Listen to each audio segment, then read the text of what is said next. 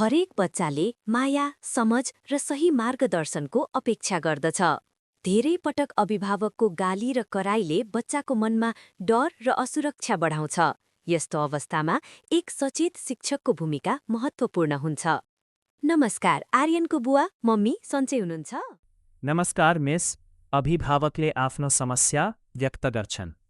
Miss, हेर्नु न, आर्यनले हामीले भनेको मान्दैन। जति बेला पनि पढ पढ भन्नुपर्छ, नपिटेसम्म मान्दैन।